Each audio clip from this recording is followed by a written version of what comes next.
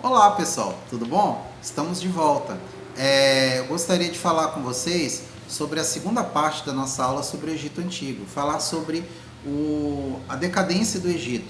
Nós estamos lá na página 2, vamos lá? Vamos continuar? Então vamos lá. Após o século 12 a.C., o Egito foi invadido por vários povos. Aí em 670 a.C., os assírios dominam o Egito por 8 anos. Após libertar-se dos assírios, o Egito começa a fase de recuperação econômica e cultural, conhecida como Renascença Saíta, devido ser impulsionada por soberanos da cidade de Sais, né? Ou Saíta. Mas isso durou pouco, como em vários impérios, na história de várias civilizações. Por quê? Porque às vezes você organizava um exército para tomar determinada região, mas aí você tinha um outro povo que estava se organizando também para ir em busca de terras e de expansão. Pela própria sobrevivência, não era porque as pessoas, não eram porque os povos da antiguidade eles eram criadores de caso. Não era. Era por questão de sobrevivência mesmo, né? E aí você vê ali, você vê uma terra em que as pessoas têm uma situação militar frágil. Você não vai invadir o território? Claro que vai. Melhor invadir aquele território do que deixar que outro invada, né? E depois te ameaçar. Então é melhor que você o faça primeiro. Verdade? Vamos lá. Sem cinco para tomar uma aguinha. Vamos lá. A decadência do Egito, que a gente estava continuando, na nossa continuidade. Mas isso durou pouco, pois em aproximadamente 525 a.C., os persas conquistaram o Egito. Olha, o Egito foi conquistado por vários povos e o Egito também conquistou vários povos. Foi a questão política da época, econômica também, né? Campanhas militares custam caro. E quase 2 séculos após, vieram os macedônios, comandados por Alexandre Magno. Aí sim, o filme, por exemplo, Alexandre, mostra bem isso. Tanto que aparece lá o Anthony Hopkins no finalzinho, no início do filme, né? No início, em vários momentos do filme, ele contando a história de Alexandre. E ele, quando Alexandre estava próximo de morrer, e ele dividiu o seu reino entre os seus generais, né? O Ptolomeu, ele se torna, como é que se diz? Ele se torna faraó no Egito. Tanto que a dinastia dele se tornou faraó, né? Teve várias dinastias de Ptolomeu, e depois de Ptolomeu você vai ter a nossa querida e famosa, a rainha do Egito mais famosa, Cleópatra, né? Que era grega. Né? Então, vinha dessa descendência dos gregos, dos macedônios, né? Muito bem. Em quase 2 séculos após, vieram os macedônios comandados por Alexandre Magno, né, o famoso Alexandre, que derrotaram os persas. E em 30 a.C., os romanos dominam o Egito. Aí tem toda aquela história, né, que envolve Cleópatra, Marco Antônio, né, toda aquela história da Cleópatra.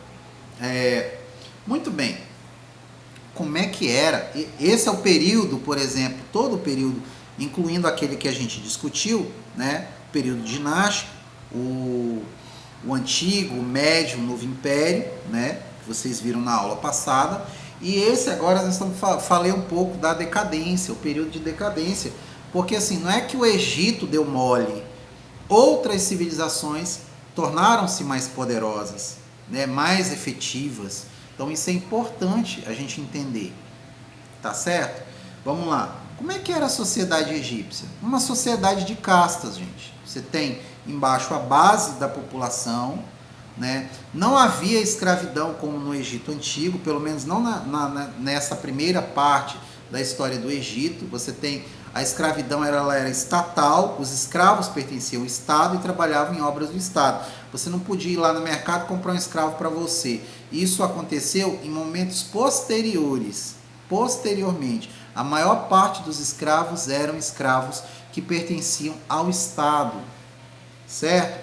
Por isso que você deve ter visto até já em novela que fala, por exemplo, As novelas da Record, por exemplo, que eles gostam de tratar sobre a história da Bíblia, né? Mas trata da história da Bíblia de um jeito meio de atravessado. Eles dizem que tem historiadores que trabalham lá e tal, mas os caras eles não interferem muito não, deveriam interferir no quesito história. O problema é que a história ela acaba com qualquer possibilidade de novela, né? Tem esse problema também.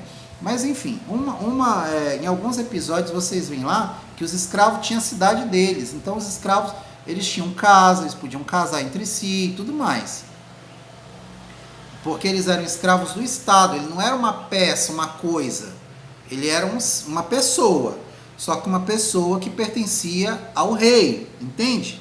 Então era como a escravidão na Idade Média, por exemplo, a servidão na Idade Média, entende?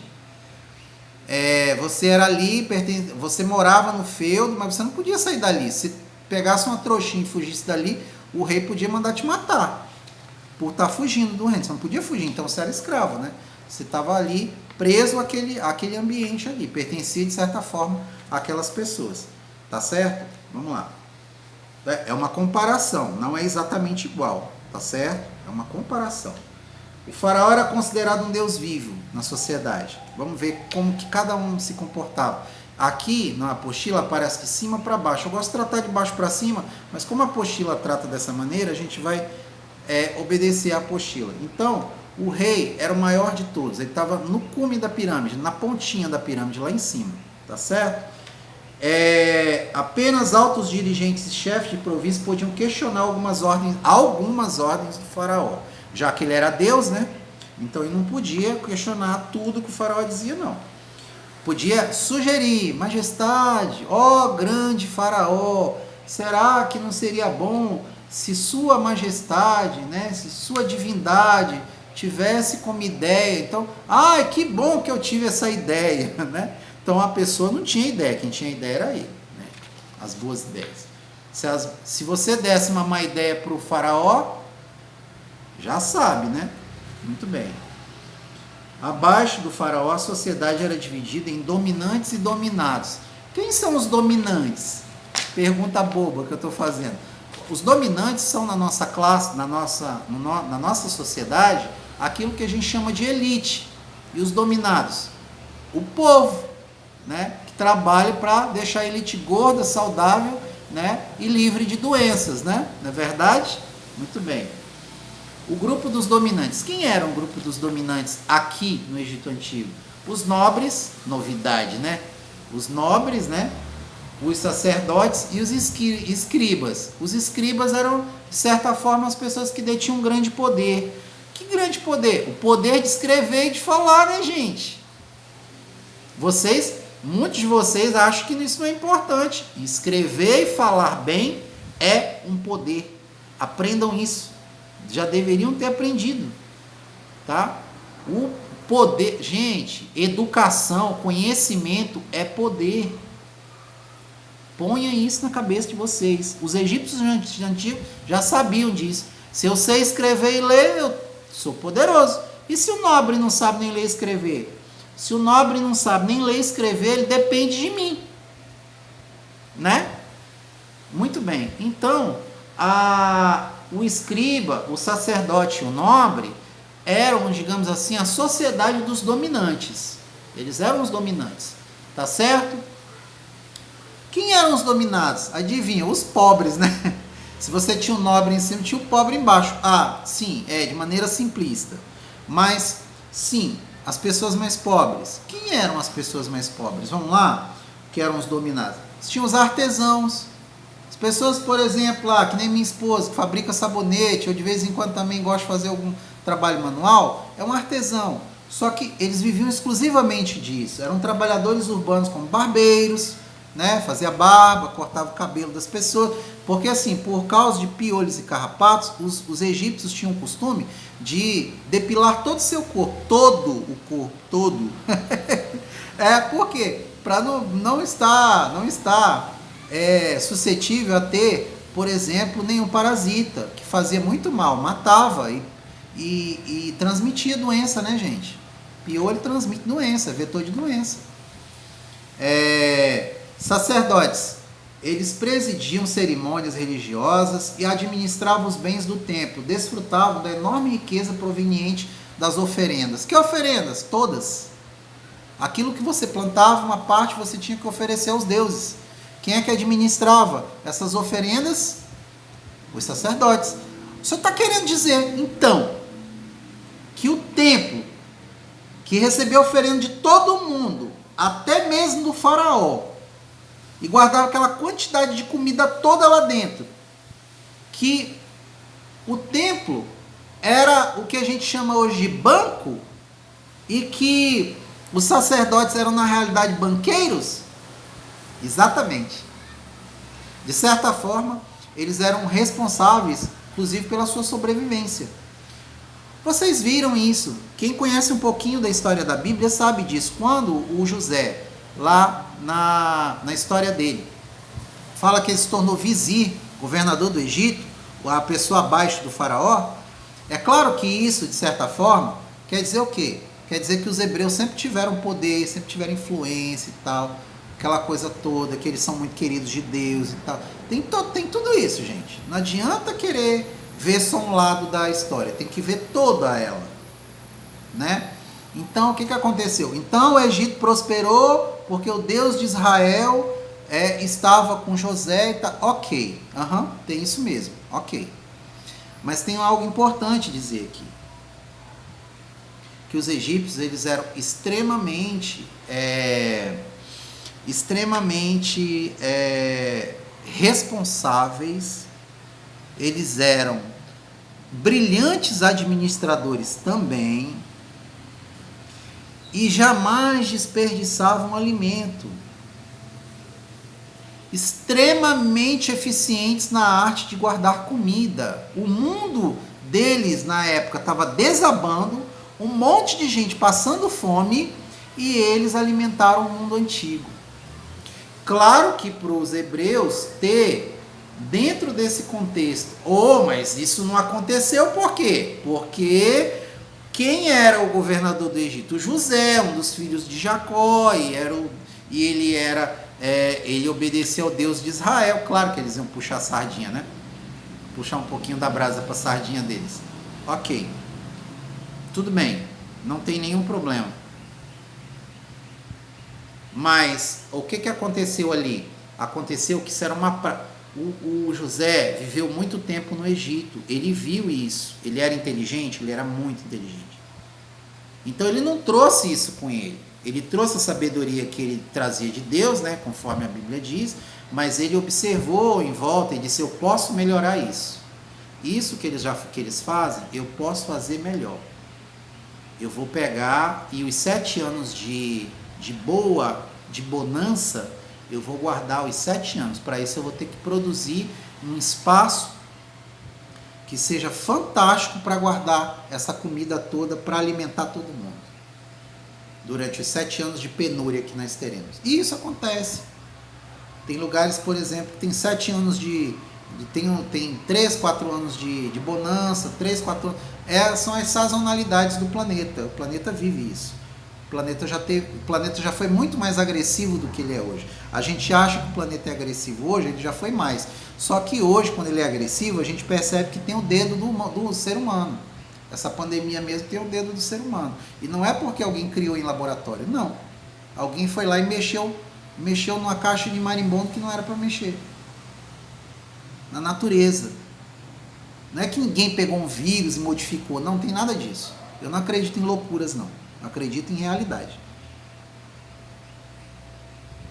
Você tem vírus muito mais letais do que o vírus do SARS-CoV-2 dentro da Amazônia. Eu tenho certeza disso. Que nem na nossa maior tecnologia teria capacidade de criar vacina. O corona já é um vírus conhecido. Ele tem uma capilaridade parecida com o vírus da gripe, sem ser uma gripezinha. E tem uma capacidade muito grande de penetração dentro da sociedade, que a gente percebeu. Eles já perceberam isso. Então não foi tão difícil criar a possibilidade de vacina. Tem mais de 100 projetos de vacina já no mundo sendo utilizados. sendo pensados. Só no Brasil tem 2 projetos de vacinação. O nosso azar, a nossa tragédia, foi o governo simplesmente tirar investimentos. Por que eu estou falando tudo isso? Porque é importante a gente fazer essa ponte sempre entre a nossa realidade e o passado. Isso é extremamente importante. Chama ciências, chama diálogo. Ciência, ela trabalha com isso. Isso é importante para que a gente evolua de verdade. A história em si, ela não é exemplo para nada, senão a gente não fazia tanta bobagem, repetia tanta bobagem. Ou repetir ela de maneira mais desastrosa, né? Eu não sou daqueles que acreditam que a história se repete, fazer como Marx falava. Ela é a primeira vez, ela acontece como tragédia, a segunda como farsa. É verdade. Ela pode até se repetir, mas ela se repete de maneira muito mais desastrosa, muito mais cruel com as pessoas. E é sempre, em qualquer civilização do mundo, em qualquer momento da história, sempre os mais pobres sofreram mais. Sempre. Infelizmente. Vamos lá. Continuando. A sociedade de dominantes e de dominados, né? Tá fechado isso. Então você vai ter aqui os artesãos, né? Lá no começo. Aí você vai ter embaixo os felás, tá? Não é felas, não. É felás. Quem são os felás? São os camponeses, os trabalhadores de obras públicas, são o povo comum. Você tinha o artesão, que era um pouquinho melhor de vida, que é tipo comerciante, né? Produzir alguma coisa, que na sociedade a gente consegue ver isso, né? O dono da quitanda, é o cara que é funcionário público mediano, mas que tem, por exemplo, uma lojinha de confecção, né? Ou o cara que trabalha na CEMOB, mas ele vende churrasquinho ali à noite. E embaixo você tem a pessoa comum, né? O felaz, que é o camponês ou o trabalhador de obra pública e transporte, né? Eram a grande maioria dos egípcios e viviam na miséria. Esses são pobres, né? Esse aqui é que lá o governo tinha que ajudar mesmo, que é a função do Estado. Desde o Egito Antigo, isso existe na cabeça das sociedades. Quando a pessoa não tem capacidade de se sustentar, o Estado deve ajudar essa pessoa. Não tem a ver com comunismo, isso é outra história, isso é outra questão. Sabe por quê? Porque essa pessoa em tempos de bonança, ela trabalha e ela não trabalha para ela trabalha para o bem do Estado também, ela paga impostos. Compreendem isso? Então, quando ela tem emprego, ela gera também recursos e riqueza para o Estado. Então, quando ela não tem nada, o Estado deve ajudar ela, vai deixar ela morrer à míngua? Nem no Egito Antigo eles faziam isso. Não conheço uma sociedade da antiguidade que fazia isso, deixar as pessoas morrer à míngua, sem ajudar elas em nada. Sem ajudar em nada, não, pessoal. Tem que ajudar em alguma coisa. Já imaginou? Além de uma doença grave, uma pessoa ainda morrer de fome, é muito triste. O Estado não serve para nada. Para que Estado? Para que votar? Para que ter governo? Para que pagar salário monstruoso para presidente da República, para senador, para deputado, para juiz do Supremo? Para quê? Se eles não sabem proteger os mais pobres? Se não serve para isso? Queria que vocês me respondessem, é uma boa pergunta. Para que isso tudo de gente vivendo bem, se uma grande maioria esmagadora vive mal, né? Então, você vê, desde o Egito Antigo eles tinham isso, eles sabiam tratar o seu povo. Vamos lá. Falando da economia, não vamos deixar o assunto, pelo jeito. Então tá aqui. Como é que era a vida do agricultor? O agricultor mesmo pobre, o camponês mesmo pobre, o trabalhador, por mais simples que ele fosse no Egito Antigo, ele tinha uma condição de vida mais ou menos razoável. Ele tinha uma condição de vida mais ou menos razoável. É na própria Bíblia que mostra que quando eles saem do Egito, eles reclamam: lá no Egito tinha carne e cebola na minha panela, eu vim aqui para esse deserto para morrer de fome, né? O povo não reclamava para Moisés? Então é importante que a gente entenda, então lá no Egito as coisas eram ruins, mas não eram tão ruins. Não eram tão ruins. A questão só estou colocando isso para a gente entender como é que era o Egito. Existe uma referência, a Bíblia serve de referência? Serve. serve sim. Quando você não tem muitas referências, a Bíblia ela serve sim de referência, né? Economia, os camponeses, eles não tinham descanso mesmo durante as cheias. Nesse período, fabricavam e consertavam utensílios. Por vezes, eram chamados para as obras dos faraós. Por quê? Porque nesse período eles não trabalhavam. Aí, mas professor, como é que eles comiam? Aí que entra o governo. O governo te dava a ração, te dava a comida, dava a tua cesta básica. Mas ele não dava a cesta básica para você ficar em casa comendo à toa sozinho, não. Você ia ter que trabalhar.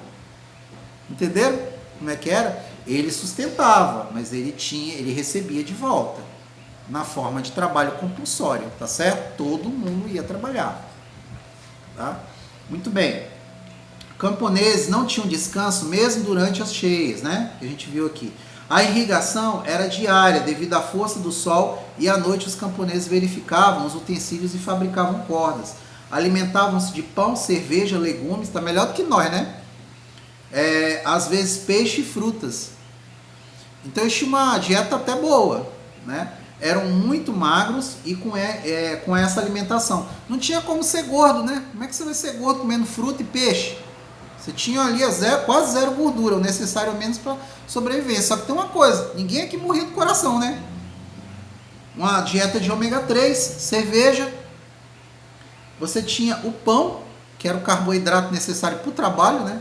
Os legumes, que equilibravam, por exemplo, a sua saúde, equilibravam, e peixe e frutas. Muito magros com essa alimentação. Os gordos são de classe abastada. Esses comiam carne, né? Mas esses morriam cedo também, né? Tinha esse detalhe, né? São de classe abastada. Abastados são ricos, tá? E eram considerados elegantes. Elegantes porque ser gordo na época significava ser bonito. O conceito era diferente, o conceito de beleza, tá certo? Economia, vamos lá. Agricultura, pecuária e o comércio exterior. Eles desenvolveram, tiveram essa capacidade, produziram muito alimento. Acabei de repetir para vocês agora há pouco. Falei para vocês, né, sobre a questão da alimentação, sobre a questão da produção de comida. Eles eram muito eficientes para guardar comida, para produzir alimento. Então eles eram muito... a utilização, por exemplo, do trigo e da cevada para a produção da cerveja, do trigo para produzir o pão, né, do linho para produzir o tecido e do papiro que produzia o papel, né, para a escrita. A pecuária, eles criavam bois, criavam asnos, carneiros, porcos, aves. Após a invasão dos Hicsos, começam a criar cavalos também, para utilizar como montaria e para ajudar no trabalho, que foi bem melhor, né? Para a maioria da população, carne era um luxo que só consumia em ocasiões especiais. Quando, por exemplo, casamentos. E sobre casamentos, né? Sobre os casamentos e sobre a religiosidade, a gente vai tratar agora. Sobre a cultura e mentalidade, como eles pensavam. Nós vamos falar de uma maneira geral, tá certo? Os egípcios, eles valorizavam tanto a vida que eles se preocupavam muito com a morte. Nossa, professor, que esquisito. Não, é sério. Eles valorizavam tanto a vida que eles se preocupavam muito com a morte. Porque eles achavam que a morte não era o fim. A morte era uma passagem, era um portal. Eles acreditavam, né, até pela maneira como eles entendiam o mundo deles, que o mundo, ele era assim, tinha os deuses, o deus da noite, o deus do dia, né, que era Horus, o deus do dia, né, Osíris, e aí você tinha também Sete, que era o deus da noite. Então ele lutava durante a noite com seu irmão Sete. E a certeza de que Osíris tinha vencido, que Horus tinha vencido a batalha contra o seu irmão, era o fato do sol aparecer pela manhã, do dia nascer. Então ele venceu. Então durante aquele dia, mais um dia, Horus tinha conquistado uma batalha contra o seu irmão. E aí quando o sol se punha, começava a batalha entre eles novamente. E ele ia lutar a noite toda contra o seu irmão. E quando aparecesse o sol, quando aparecesse a claridade, era o significado de que Horus tinha vencido novamente seu irmão. Era o entendimento deles sobre dia e noite, vida e morte. Eles acreditavam que um dia o seu corpo, depois de julgado e tudo certo, você voltaria para viver e o seu corpo deveria estar pronto para essa nova vida. Por isso que eles tinham todo um cuidado em cuidar do corpo, em proteger o corpo, em tornar ele as condições ideais para que você tivesse a possibilidade de poder ter uma nova vida. Então havia toda uma preocupação. Os mais poderosos, os mais ricos, eles eram depositados em pirâmides, né? Teve o período, só que era muito caro, era muito dispendioso. Então você vai ter a mastaba, o hipogeu e a pirâmide. A pirâmide era construído com toda aquela estrutura, né, triangular, tal, com as câmaras de ventilação, o lugar do sarcófago, o local onde ficariam os tesouros do faraó. Você tinha os hipogeus. Os hipogeus eram grandes túmulos que eram subterrâneos, com vários compartimentos, tipo gavetas e laje, né, feito nos barrancos. Isso era mais para os mais pobres, né, para os mais, digamos assim, para a classe mais mediana, né, para os comerciantes e tudo. O pobre mesmo, as pessoas mais pobres, eram enterradas na areia, pronto, né, no chão. Fazia o sepultamento normal. As mastabas eram túmulos que já apareceu inclusive em filmes como Transformers, né? Eram feitos túmulos na rocha. A rocha era esculpida, aberta, construído um grande túmulo, era feito tipo um grande templo e lá dentro você era sepultado também. Nossa, chique pra caramba, né? Já pensou? Os hipogeus é o que eu acabei de falar para vocês. E tinha os templos também, que eram são as grandes construções do Egito, eram construções que estavam ligadas à ideia de vida após a morte, ou seja, eram túmulos. Tá certo? Eu coloquei aqui para vocês sobre os hieróglifos, que são a forma de escrita que os egípcios criaram, que eram a combinação de caracteres e de figuras, né? Falcões, né? O rio, a água, o trovão, coisas da natureza, elas se juntavam para formar um sentido. E isso era a escrita dos egípcios. Tá certo? Importante vocês observarem isso aí. Tá lá a questão da pintura. A pintura também é muito ligada à questão da vida após a morte. Muito ligada. Os túmulos eram todos pintados, contavam às vezes a história daquela pessoa, de acordo com a importância que ela tinha. Tá certo? Importante vocês verem isso também. As ciências, elas se desenvolveram muito em função também da questão religiosa, da questão da vida após a morte, né? A mumificação dos corpos, ela foi muito em função disso, e justamente essa preocupação que eles tinham com o corpo humano, de preservar ele e de pegar os principais órgãos vitais, colocar nos vasinhos, né? Os vasos canópicos que ficavam junto com o morto. Isso tudo, pessoal, deu origem, fez com que eles descobrissem o funcionamento do corpo humano. E isso deu a possibilidade de descobrir, por exemplo, como doenças aconteciam, como doenças poderiam ser curadas. Então, houve avanço muito em função dessa preocupação que eles tinham com a vida após a morte. Os deuses egípcios eram deuses antroposomorfos, eram uma mistura de animais, de seres, né? Seres da natureza, como o pássaro Ibis, que era o deus da justiça, né? E um ser humano, o deus chacal do submundo, que era Anubis, né? Que era a cabeça de um chacal, né? Que vocês parecem um cachorro, mas o chacal é um animal, né? Um animal da espécie do cachorro. Então ele era o deus do submundo, era ele que te levava para o julgamento de Osíris. Lá tinha outros deuses que participavam do julgamento do morto. Inclusive isso aparece na apostila de vocês, que eu coloquei justamente o julgamento do morto, tá? Aparece lá. O grande Osíris está lá vendo você sendo julgado. E aí um dos deuses, que era uma ave, né, que é o deus da justiça, ele tirava uma pluma dele e colocava num dos pratos da balança. No outro prato da balança você colocava o seu coração.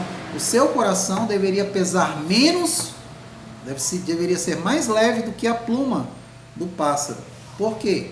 Porque isso dizia que você não tinha rancor, não tinha mágoas no seu coração, logo você estava preparado para viver na vida eterna. Olha, tem uma certa ligação, de certa forma, com o cristianismo isso, tá? Tem um pouquinho do cristianismo. Eu falo muito isso, que assim, os hebreus, eles, como eles conviveram com várias civilizações diferentes, a religião deles, com o passar do tempo, foi se modificando muito, muito por causa do contato que eles tiveram com essas civilizações. Ah, você está querendo dizer que antes os hebreus não acreditavam em vida após a morte? Não, não estou dizendo que não acreditavam, estou dizendo que isso não aparece na Bíblia. Nos livros mais antigos da Bíblia, sobretudo no Antigo Testamento, isso não aparece essa ideia de vida após a morte. Tudo que Deus te abençoava, tudo que acontecia contigo, acontecia aqui mesmo, nesse próprio plano. As bênçãos eram aqui, não tinha promessa de uma vida em outro lugar. Isso vai vir depois. No final, ali, quando vai acontecendo ali a transição do Velho para o Novo Testamento, sobretudo com Ezequiel, com Jeremias e com Daniel, ali, quando eles estão ali na Babilônia, a religião começa a passar por um processo de transição. E eles começam a falar em vida após a morte, em futuro da humanidade. Eles começam a falar sobre isso. Sobre Messias, né? Sobre aquele que virá, né? Para salvar a todos. Tá? Salvar a todos, né? Não destruir a todos. Né? Depende do que é. Por exemplo, os hebreus, eles não acreditam em Cristo como o Messias, né? Eles acham ainda que o Messias virá. Mas isso é assunto para uma outra hora. É um assunto para um outro dia. Um assunto de uma outra civilização. Que no caso são os hebreus, que nós vamos falar aí adiante. Tá bom? Ficamos aqui então, falamos sobre os egípcios. É extremamente importante que vocês vejam, percebam a importância que os egípcios tiveram, revejam o texto, tá certo? Qualquer pergunta, vão lá na plataforma, perguntem, nós estamos à disposição de vocês. Isso. A crença na imortalidade, ela é uma premissa da religião dos egípcios, começa com eles, tá certo? Só muito tempo depois é que isso muda, tá certo? Então, isso, de certa forma, não que mude, isso vai migrar para outras religiões e para outros povos. Os egípcios influenciaram várias civilizações, vários povos em diversos campos, inclusive na religião, que é isso que eu quis dizer, tá certo? Um grande abraço a todos e a gente se encontra aí para um próximo assunto, uma próxima hora, ok? Grande abraço a todos, tchau!